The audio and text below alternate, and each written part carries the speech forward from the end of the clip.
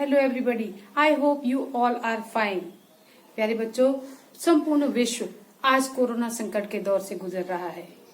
मैं जानती हूँ आपका बहुमूल्य समय बर्बाद हो रहा है, परंतु यह मानना जरूरी है और जानना जरूरी है कि यह कोरोना संकट अल्पकालिक है, थोड़े से समय के लिए है और कुछ टाइम बाद सब कुछ सामान्य हो जाएगा। इसलिए तब तक हमें अपना समय बर्बाद नहीं करना है, अपना स्वास्थ्य का ख्याल करना है और ताकि हम फिर से उसी ऊर्जा और उत्साह से अपने काम पे आ सके। So today I am going to discuss a very important thing in this video.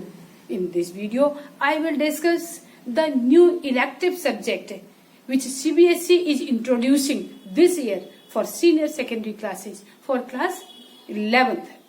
We know that maths is widely used in different fields, but the existing maths, present maths, जो maths अभी हम 11th standard में पढ़ते हैं और 12th में पढ़ते हैं, वह साइंस सब्जेक्ट्स के साथ तो बहुत अच्छा सामंजस्य बैठाता है, उसके सभी सब्जेक्ट्स के साथ उपयोग में आता है और साथ में it fulfills all the requirements of science subjects. But it does not fulfill the requirements of commerce, economics, business and social science subjects. Even in PCBs, bio वाले सब्जेक्ट्स जो होते हैं उनके साथ सामंजस्य नहीं बैठाता है।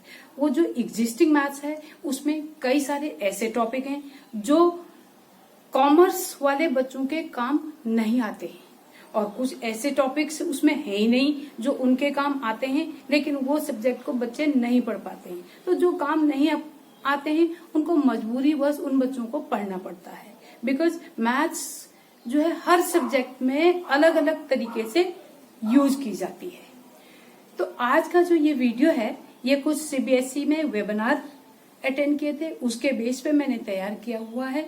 इस वीडियो में I will tell you the syllabus and the future perspectives of applied mathematics.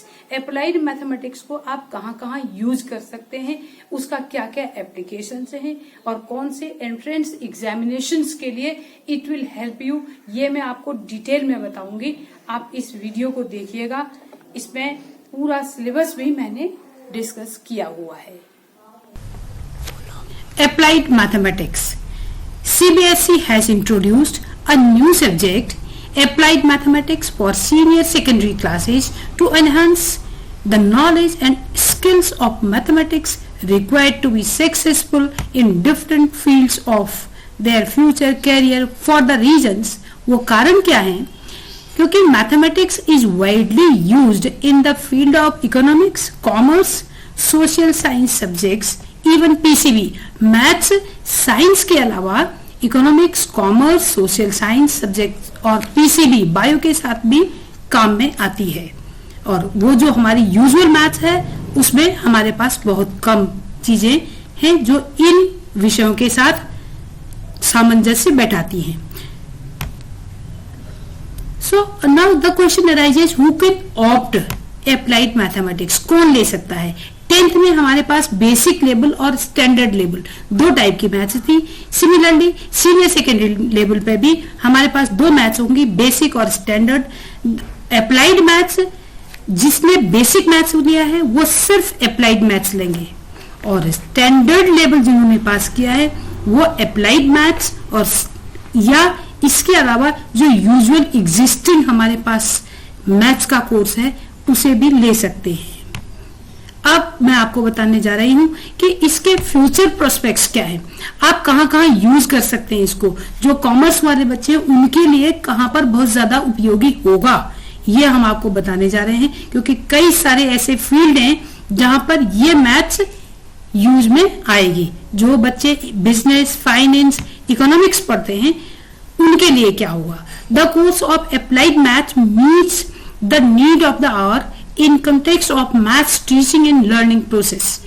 After studying this course at senior secondary level, students will be able to face the entrance exams easily. Like कौन से वो exams हैं जो आप आसानी से इस maths को पढ़ने के बाद दे सकते हैं, जिनका सिलेबस, इस मैथ्स का सिलेबस इन एग्जाम्स के साथ मैच करता है। वो है BBA, BMS, BCA, SSC, staff selection commission, bank PO, actuarial science, बहुत ज्यादा आजकल चला हुआ है एक्चुअरियल साइंस, ISI-AT, ICWA, ये सारे ऐसी ब्रांचेज हैं जहां पर अप्लाइड मैथ्स यूज होती है और जो हमारी आजकल के स्टैंडर्ड मैथ्स है उसका कम पार्ट यहाँ यूज होता है, क्योंकि ये सारे एग्जामिनेशंस जो है किस पे बेस होती है, कैलकुलेशन और ट्रिक्स पे बेस होती है।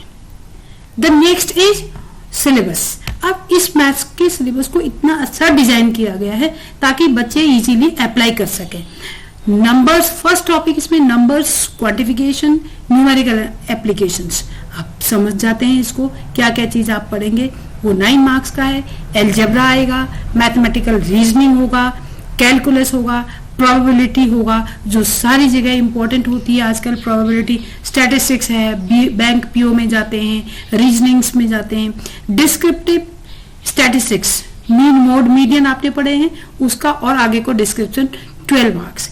देन बेसिक फाइनेंशियल मैथमेटिक्स, तो 18 मार्क्स का। इसी से समझ में आ जाएगा कि ये मैथमेटिक्स क्यों इतनी ज्यादा कॉमर्स वाले बच्चों के लिए उपयोगी है। 18 मार्क्स, द हाईएस्ट मार्क्स जो दे रहा है वो टॉपिक है basic finance mathematics. Then coordinate geometry 5 marks. अब इसमें आप देखेंगे कि ट्रिग्नोमेट्री जो पूरे टाइम खत्म ही नहीं होता था, वो लाइक आप आज शुरू करते हैं तो 2 महीने तक ले लेता था, वो इसमें नहीं दिया गया है, क्योंकि ट्रिग्नोमेट्री साइंस स्टूडेंट्स के लिए ज्यादा यूजफुल होता है इंस्टेड ऑफ कॉमर्स पीपल और साइंस पीपल। अब मेरी आपसे रिक्वेस्ट ये है कि इस चैनल को देखते रहेंगे और हम आपको वीडियो देंगे। और दूसरा, मैं ये जो अप्लाइड मैथ्स है इससे रिलेटेड टॉपिक्स भी आपको इस मैथ्स अ फन चैनल में देती रहूंगी, इसे आप प्लीज देखते रहिएगा। You will get the whole syllabus and even some problems, questions इस पे जो बेस होंगे। और दूसरा, जो आपके टॉपिक से रिलेटेड होंगे, topics I will take here in this channel. Thank you.